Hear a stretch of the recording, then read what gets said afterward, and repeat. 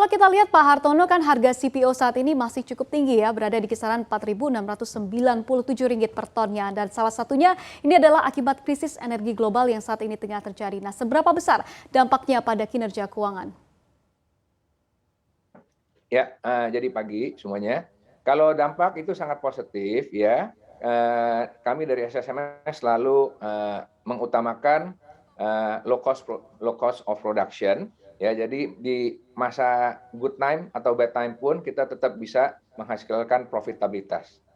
Demikian, Monica. Baik, Ya. namun kita ketahui Jadi, memasuki musim hujan kan produksi dari CPO ini juga bakal terancam begitu ya. Tapi kalau kita lihat di sisi lain harga CPO ini bisa terkerek naik begitu karena short of supply yang mungkin terjadi ke depannya. Lantas bagaimana perusahaan melihatnya, lebih ke ancaman atau justru ke peluang Pak Hartono?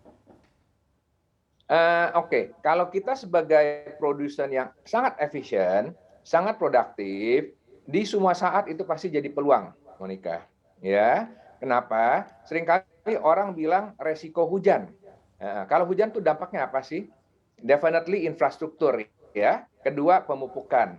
Nah, kalau kita sebagai perusahaan yang selalu taat mupuk, selalu taat maintain core infrastructure, hujan tidak hujan pun kita tetap masih bisa panen.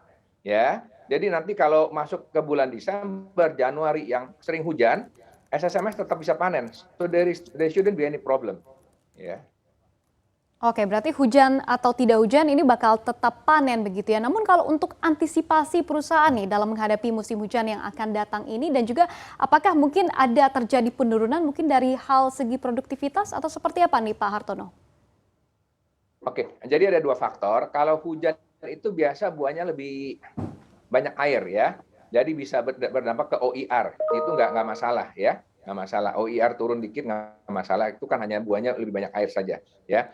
Yang penting kalau dari operation kita tetap harus bisa manen buah-buah tersebut ya. Jadi kita harus memiliki all weather road di semua estate kami.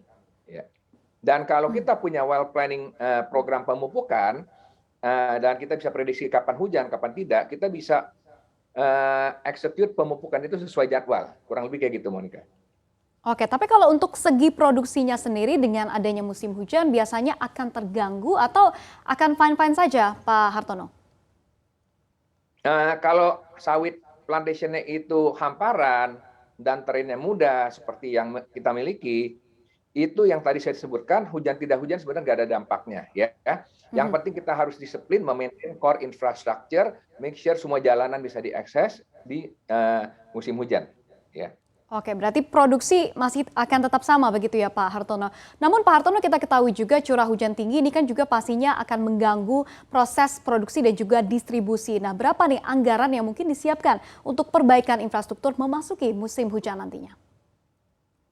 Ya, kalau kita anggaran tuh hitungnya tahunan ya, Monica. Jadi kita setahun mungkin capex itu sekitar 500-600 miliar ya. Kita fokuskan ke core infrastructure dan perumahan karyawan ya. Karena SSMS itu udah boleh kata sudah almost planted ya. Jadi kita punya capex semua lebih ke infrastruktur dan perumahan karyawan. Untuk informasi lebih lengkap dan berita terkait, klik link yang ada dalam deskripsi. Dan jangan lupa untuk install aplikasi CNBC Indonesia di App Store dan juga Play Store. Jangan lupa subscribe ya.